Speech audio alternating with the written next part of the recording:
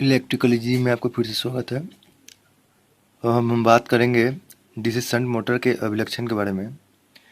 तो आइए शुरुआत करने से पहले इसके कनेक्शन को समझ लें, वाइंडिंग कनेक्शन को। देखिए, डीसी शंट मोटर में जो फील्ड वाइंडिंग होता है वो आर्मेचर वाइंडिंग के साथ पैरेलल में जुड़ा होता है, जिसके कारण जो इनपुट करंट है वो दो भागों में बढ़ जाती है।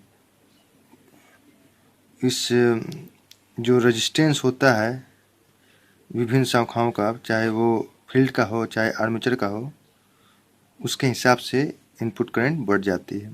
जिसका फॉर्मूला क्या है?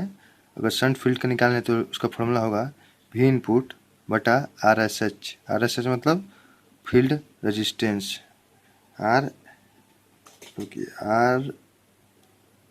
F S H. ठीक है, तो इनपुट वोल्टेज को जब हम शंट फील्ड रेजिस्टेंस से डिवाइड करते हैं तो आई मतलब शंट फील्ड करंट की मात्रा प्राप्त हो जाएगी। उसी प्रकार से जब हम आर्मेचर करंट निकालने के लिए इनपुट वोल्टेज को आर्मेचर के रेजिस्टेंस से डिवाइड करते हैं तो हमको आर्मेचर करंट प्राप्त हो जाता है। तो कहने का अर्थ ये है कि यहाँ पे दोनों को अपनी आवश्यकता के अनुसार करंट मिल रहा है। अब देखिए यहाँ पे क्या फिक्स है और क्या वैरी कर रहा है, तो क्या स्थिर और क्या बढ़ और घट रहा है। अब देखिए यहाँ पे ये फील्ड वाइंडिंग है, उसका रेजिस्टेंस फिक्स है और वो पैरेलल में कनेक्टेड है। तो इस जो IFSH है मतलब फील्ड करंट है, शंट फील्ड करंट है, वो हमेशा एक बराबर रहेगा शुरू से लेके अंत तक। मतलब कहने का स्टार्ट करने से लेकर फुल लोड तक वो एक बराबर रहेगा। ठीक है, अब ये जो है आर्मेचर करंट वो जो है डिपेंड करेगा, जैसे कि मैंने आपको बताया था, IA directly proportional to load. जैसा लोड देंगे उसके हिसाब से आर्मेचर करंट बढ़ेगा और घटेगा। तो यहाँ देखना ये है कि क्या फिक्स है और क्या वैरी कर रहा है।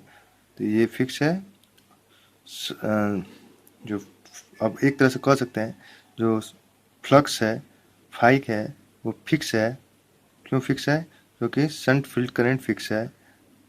ठीक है, और यहाँ पे आर्मेचर करंट बढ़ घट रहा है, इसलिए यहाँ पे हम कह सकते हैं कि लोड के हिसाब से आर्मेचर करंट जो है वैरी करेगा, घटेगा या बढ़ेगा।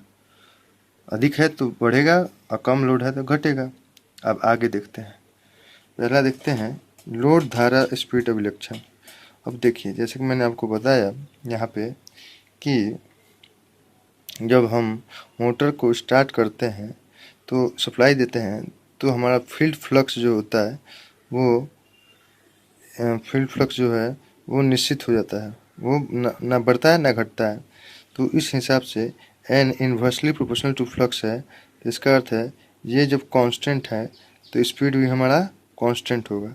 इसलिए यहाँ पे देखिए जो आपका 0.0 यहाँ पे जब आपका मोटर को स्टार्ट किया गया तो जो स्पीड प्राप्त हुआ वो स्पीड यहाँ पे है, और वो जब फुल लोड दिया गया तो फुल लोड दिया गया वो तो थोड़ा सा झुकाव आया है और इस पॉइंट पे आकर वो स्थिर हो गया है, जिसको रेटेड स्पीड कहते हैं।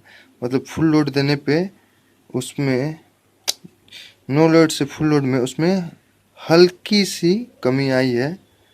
ठीक है, और ये जो पॉइंट है इस पॉइंट को रेटेड स्पीड पॉइंट कहेंगे, क्योंकि इसके बाद ये स्पीड मोटर की नहीं घटने वाली है। ठीक है, तो यहाँ पे देखते हैं फील्ड फ्लक्स कांस्टेंट था, इसलिए इस कारण से आपका स्पीड भी कांस्टेंट होगा। किसी भी मोटर में समझिए, किसी भी मोटर में अगर स्पीड फ्लक्स जो कांस्टेंट है तो स्पीड भी कांस्टेंट होगा, ये जान कर रखिए। ठीक है, तो इस कारण से आपका ये जो थोड़ा सा झुकाव आया किस कारण हुआ है? ये हुआ है घर्षण के कारण, लोड के कारण। ठीक है, तो एक तरह से कह सकते हैं हमारा आपका जो डीसी शंट मोटर में स्पीड जो होता है नो लोड से फुल लोड तक नियत स्पीड में लगभग रहता है। ठीक है, अब आगे बढ़ते हैं टॉर्क लोड अभिलक्षण। अब देखिए, हम जानते हैं जैसे कि टॉर्क डायरेक्टली प्रोपोर्शनल होता है आर्मेचर करंट और फ्लक्स, मतलब फील्ड फ्लक्स। अब यहाँ देखिए, यहाँ पे फ्लक्स जो है स्थिर है, तो इसको लो या ना लो मतलब नहीं बनता है। तो आगे जब भी लोड बढ़ेगा, जब लोड बढ़ेगा इस आर्मेचर में, तो हमारा आर्मेचर करंट ही वेरी करेगा, चाहे ऊपर जाएगा चाहे नीचे जाएगा। तो इस हिसाब से कह सकते हैं कि हमारा टी डायरेक्टली प्रोपोर्शनल टू आई ए है, आर्मेचर करंट। इसलिए जितना आर्मेचर करंट बढ़ेगा उतना ही टॉर्क बढ़ेगा। इसलिए यहाँ पे ये जो ग्राफ बना है वो सीधा बना है, ठीक है। ये वाई अक्ष और एक्स अक्ष पे जो ग्राफ हम खींचे हैं टॉर्क और आई ए के बीच, वो कैसा बनेगा, एकदम लीनियर बनेगा, सीधा बनेगा। क्यों? क्योंकि टी डायरेक्टली प्रोपोर्शनल टू आई ए है, ठीक है। तो इस प्रकार से आपका ये सीधा बनेगा। और पिछले वीडियो में हमने देखा था सीरीज में, थोड़ा सा उसमें शुरुआत में पी पॉइंट तक था क्या, वो सपोर्ट के साथ था फ्लक्स के, लेकिन यहाँ ऐसा नहीं है क्योंकि फ्लक्स जो है कांस्टेंट है। तो कांस्टेंट में है तो उसका अपना काम है। इसलिए यहाँ पे डीसी शंट मोटर में टॉर्क डायरेक्टली प्रोपोर्शनल टू आई ए होगा, शुरुआत से लेके अंत तक। समझ में आ गया? ठीक है, आगे देखते हैं स्पीड टॉर्क अभिलक्षण। अब देखिए, जैसे कि मैंने आपको बताया था कि डीसी मोटर में टॉर्क डायरेक्टली प्रोपोर्शनल होता है आई ए इंटू फ्लक्स, सॉरी ये नहीं, स्पीड टॉर्क अभिलक्षण में क्या था कि जैसे कि हमने बताया था आपको कि टी इन्वर्सली प्रोपोर्शनल टू होता है एन। अब देखिए, फ्लक्स जब कांस्टेंट हो गया तो स्पीड भी कांस्टेंट हो गया, और स्पीड कांस्टेंट हो गया तो टॉर्क भी लगभग आपका क्या है, केवल, अब जैसे मैंने बताया था टॉर्क केवल आर्मेचर करंट पे और आर्मेचर करंट के साथ वेरी करेगा। तो यहाँ पे देखते हैं क्या कि आपका फुल लोड टॉर्क तक आपका स्पीड जो है स्लाइटली डाउन हुआ, उसी कारण से जैसे मैंने पिछली बार बताया था आपको, लोड से और घर्षण से। बाकी देखें तो एक तरह से कह सकते हैं कि स्पीड भी है वो फुल लोड टॉर्क के साथ एक नियत स्पीड पे ही चल रही है, कांस्टेंट स्पीड पे ही चल रही है।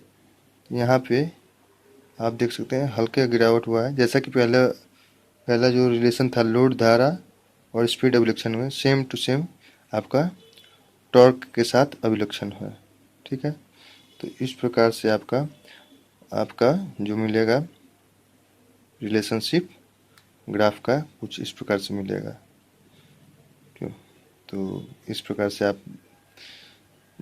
आपको ये जानकारी प्राप्त हुई कि किस प्रकार से आपका ग्राफ जो है अलग अलग ढंग से हमें हर कंडीशन में अलग अलग मिलता है।